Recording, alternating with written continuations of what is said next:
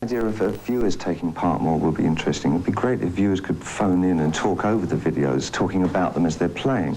That would sort out a lot of things, wouldn't it? Video.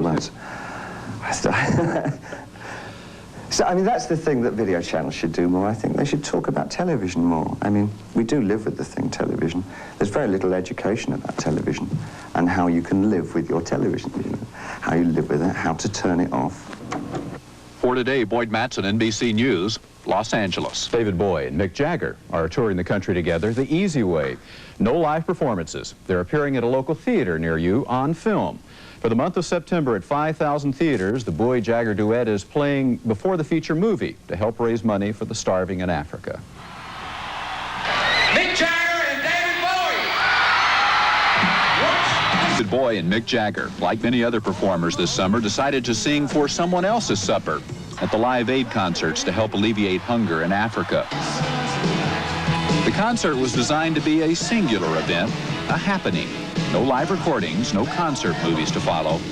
As part of the unique worldwide telecast, Jagger and Bowie had planned to do a transatlantic duet from London and Philadelphia. Which idea of a painter do you get by looking at his paintings?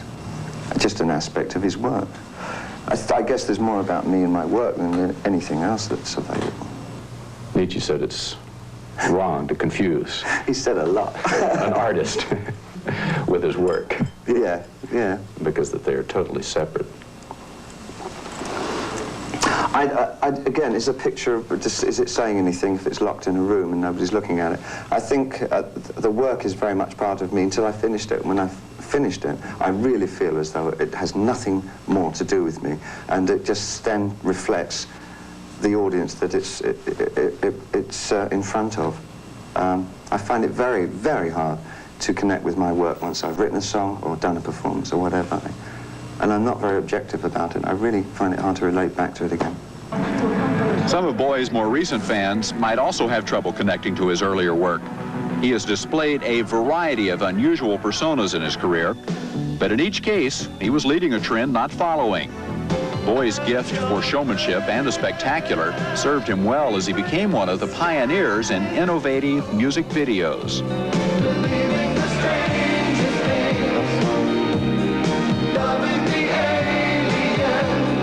Written very in a very picturesque manner. My songs, I've always seen them as sort of visual things. Video's always been part of what I've done.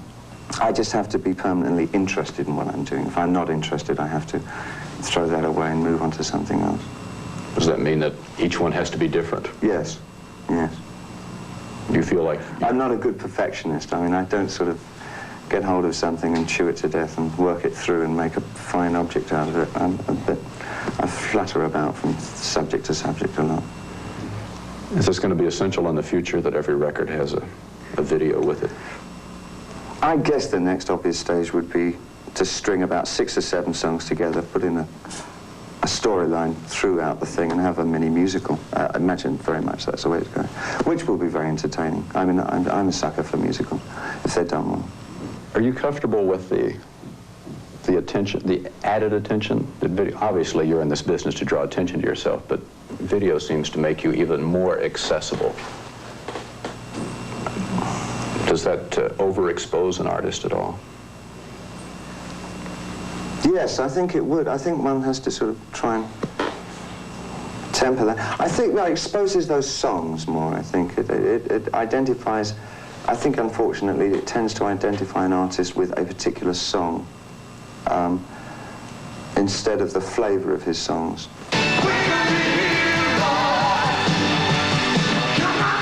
Being in the forefront of changes in the music business and being extremely successful at his art have kept Bowie in the spotlight even when he's off stage. Another unauthorized book gossiping about his private life was published this summer. Have you ever gotten accustomed to being written about, speculated about, gossiped about, investigated? I've never been investigated like anybody. I've lived with literary pig swore for about 12 years. I mean, it rather runs off my back now. I think it seems to come with the territory. I mean, Jagger was very eloquent about it, actually. He said that it's sort of it's like a cottage industry, isn't it, grows up around you. The publicity is mostly positive these days, as people no longer have the bizarre characters to watch, only the more accessible performer. The one you see dancing in the streets with Mick Jagger.